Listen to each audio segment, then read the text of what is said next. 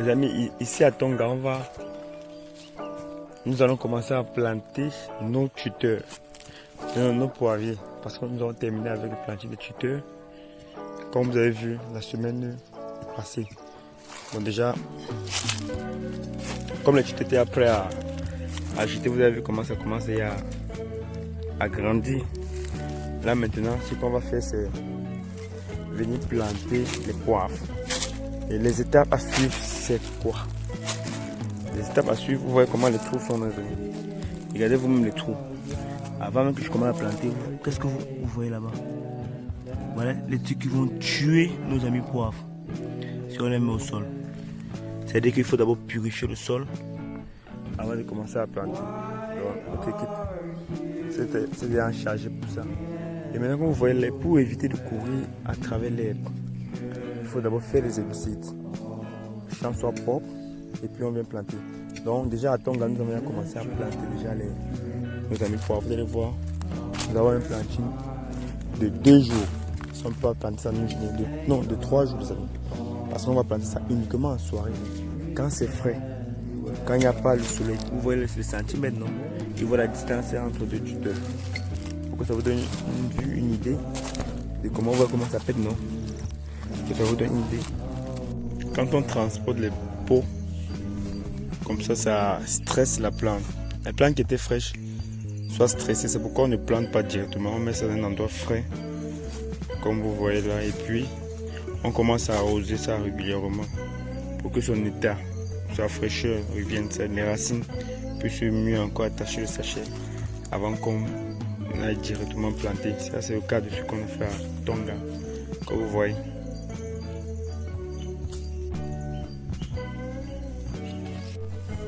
Les amis, ça c'est notre équipe d'herbicides qui se mobilise pour brûler le champ. Comme vous avez dit les étapes, vous avez montré toutes les étapes et je vous montre les étapes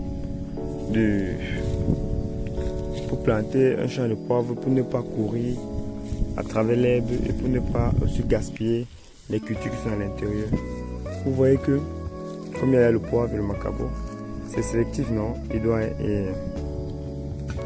Celui qui traite là doit esquiver les macabos et esquiver aussi les tuteurs pour que le produit, l'herbicide ne détruise pas, ne tue pas les tuteurs. Vous voyez, quand vous avez une grande plantation comme celle-ci, s'il faut que vous allez avec la main, vous allez beaucoup dépenser. Voilà, ça c'est pour certaines personnes qui ne savent pas encore ça. Bon, mais quand vous utilisez les moyens de bord, ça vous permet, ça facilite, vous voyez un peu, ça facilite le travail. Ça fait que ça soit un peu plus, chacun fait son travail, les amis. Parce que dans notre entreprise, nous avons ceux qui utilisent, on appelle ça l'équipe phytosanitaire, ceux qui prennent soin de la plante, c'est-à-dire qui utilisent des appareils, qui soignent. Parce que à l'intérieur de l'appareil là, on a le produit qui tue les fourmis que vous allez voir, parce que les fourmis là, ça dérange. Il y a les termites, il y a les fourmis qui peuvent tuer les plantes.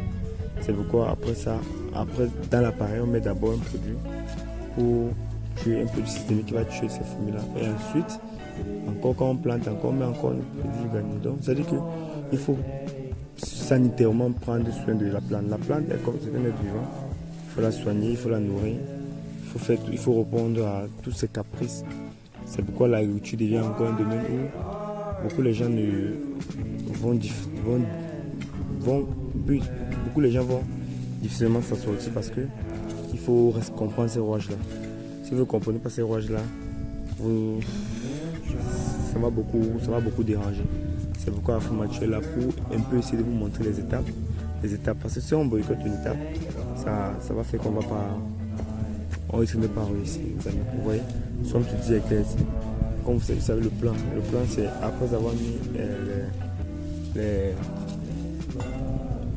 après avoir fait les herbicides, quand le champ est propre, on va planter le poivre. Après avoir planté le poivre, on va planter les bananes plantées. Et on a réussi notre première mission d'installer les cultures au champ. Maintenant, la suite de la mission sera uniquement l'entretien. Et ça devient un peu plus facile parce qu'il y a déjà toutes les cultures à l'intérieur.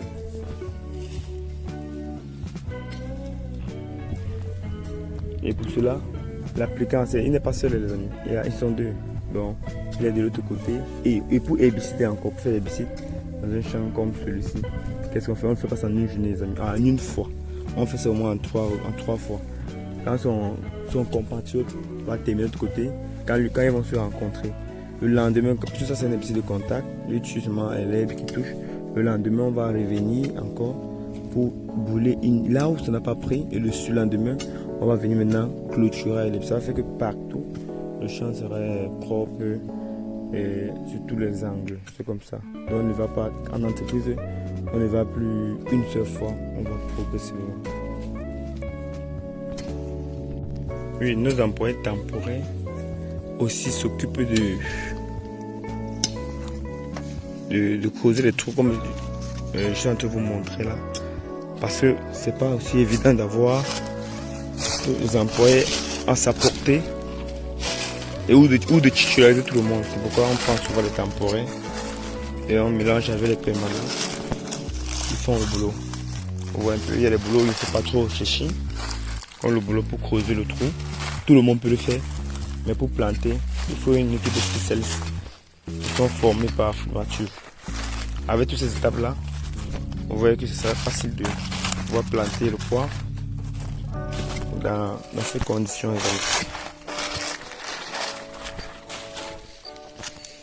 Dans un petit peu de temps, à Tonga, on va finir avec le poivre. Nous avons déjà une plante de poivre installée.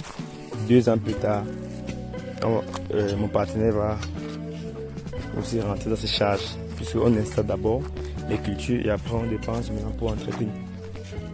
Et quand c'est après, quand on creuse le trou, quand le puits commence déjà à nous donner déjà de l'eau, on peut déjà dire que on est stable, les amis. C'est un peu ça, c'est un peu le but du jeu que nous sommes à Tonga.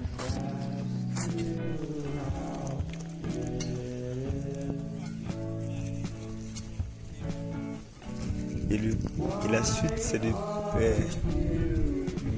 planter de mettre un peu comme on attache là. Vous voyez un peu. Donc il ne faut pas planter quand il fait chaud, les amis. Voilà, donc du coup quand le soleil, parce que le soleil est arrivé, si on va arrêter de planter. Il faut planter ça en soirée et après avoir arrosé bien les plantes pour avoir un taux de réussite de 100%. Vous voyez, non, les amis. Voilà, c'est comme ça. Donc déjà, et vous voyez qu'on creuse avec les pics. Parce qu'en creusant avec les pics, ça facilite ça évite de bouger les tuteurs. Parce qu'avec la machine, ça devait bouger les tuteurs. Alors, vous voyez comment on change le plan au fur et à mesure. C'est comme ça. Et ensuite, bon, il y a avant de planter, comme je vous ai montré, vous avez qu'on a d'abord boulé d'abord avant qu'on commence le planter. Pour éviter qu'on court à travers l'herbe. C'est difficile, il ne faut pas courir à travers l'herbe. Maintenant, quand les macabots vont s'élever, les poivres vont grandir au même moment et on va maintenant venir mettre les bananes plantains partout ici, les amis. C'est ça le plan. Merci de nous suivre, les amis. Nous sommes en train de planter, d'installer les cultures. Comme je vous ai dit, on va arrêter d'abord parce qu'il fait chaud. Après avoir, quand le soleil va terminer, on va arroser nos plantes et puis on va les planter. On va aller l'essayer. Comme nous avons fait, nous avons montré, nous avons formé notre équipe, comment ils pouvaient planter. Et ensuite, nous allons préparer maintenant le planting global. Voyez nos vidéos.